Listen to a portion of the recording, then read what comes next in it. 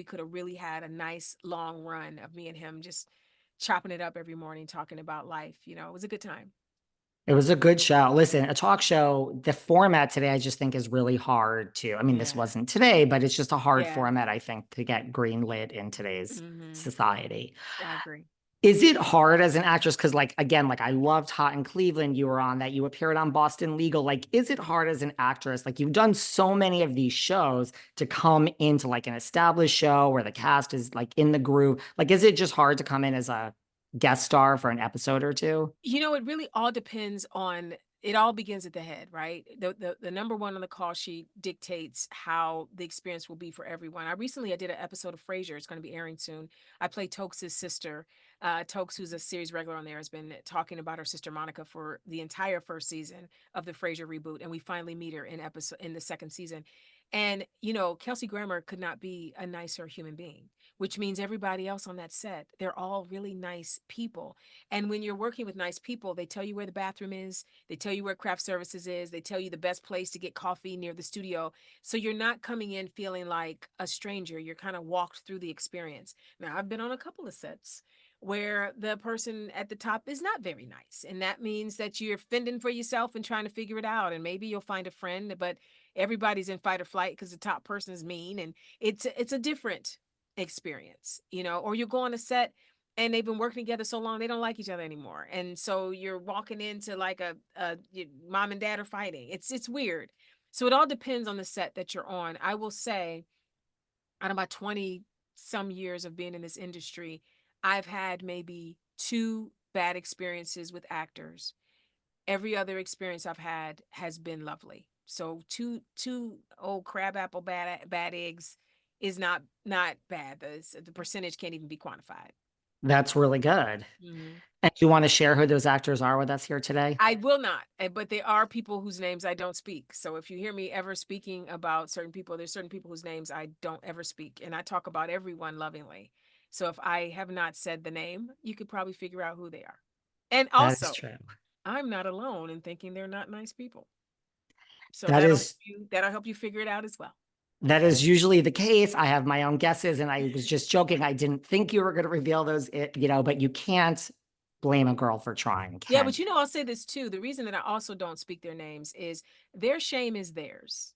And I don't want to be tied to any nonsense or negativity. So I don't say their name because I don't want my name next to their name anywhere. I want to act like they don't exist. So that's why.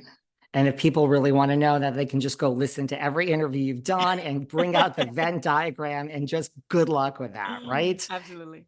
Speaking of shows, I mean, you've spoken highly of this show before, but talk to me about like, I was a huge Friends fan. I mean, Oh, we lost Matthew Perry. I mean, yeah. The Odd Couple, like, what was that like working with Matthew Oh Perry? gosh. I was a really huge and still a huge Friends fan. I loved it and Living Single. I think they're both wonderful shows.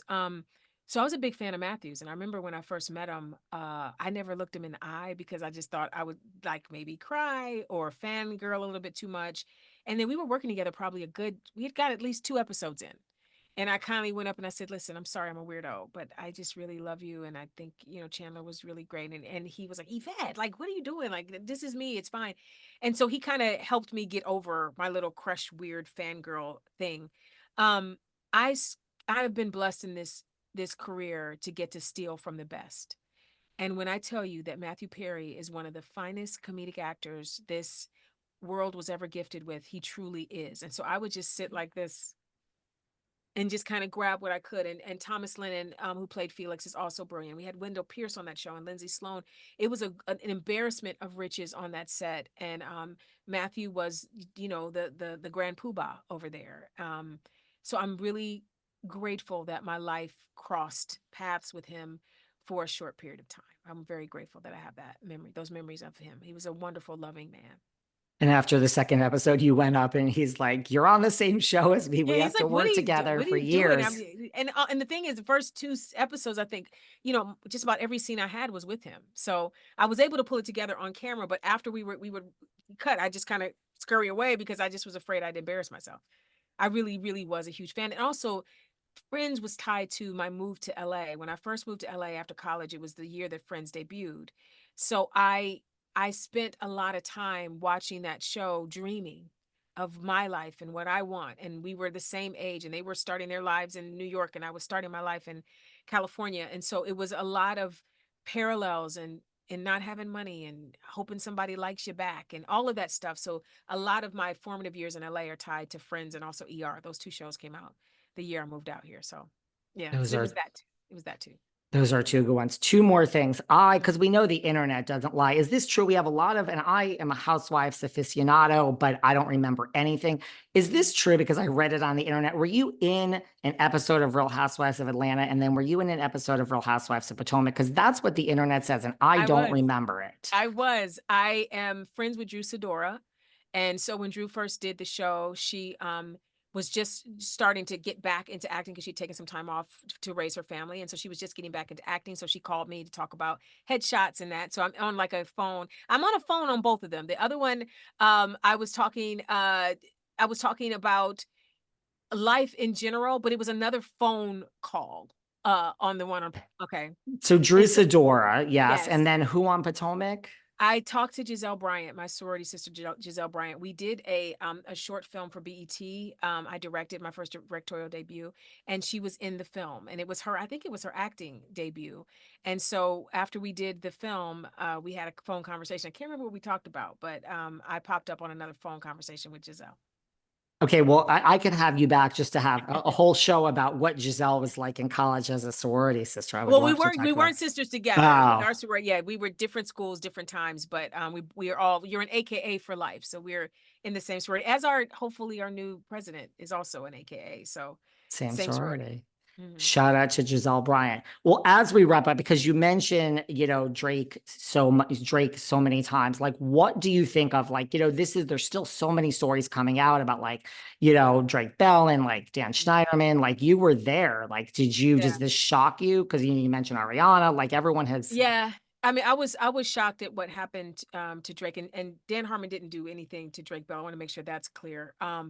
But I was sad to realize what had happened to Drake, and it happened.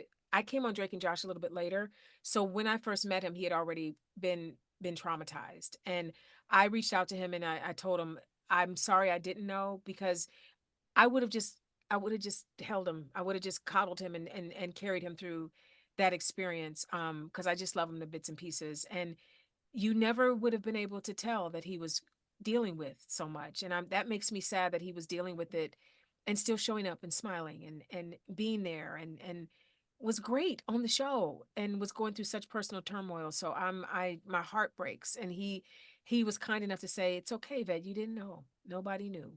I hate that he had to carry that burden. I know, it's shocking, all the stuff that Yeah. comes out. Yeah.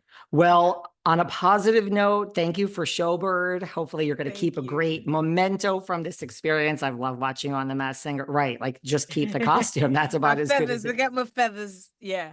Keep your feathers and long live Showbird. Thank you for this and come back anytime. Thank you so much. Take care.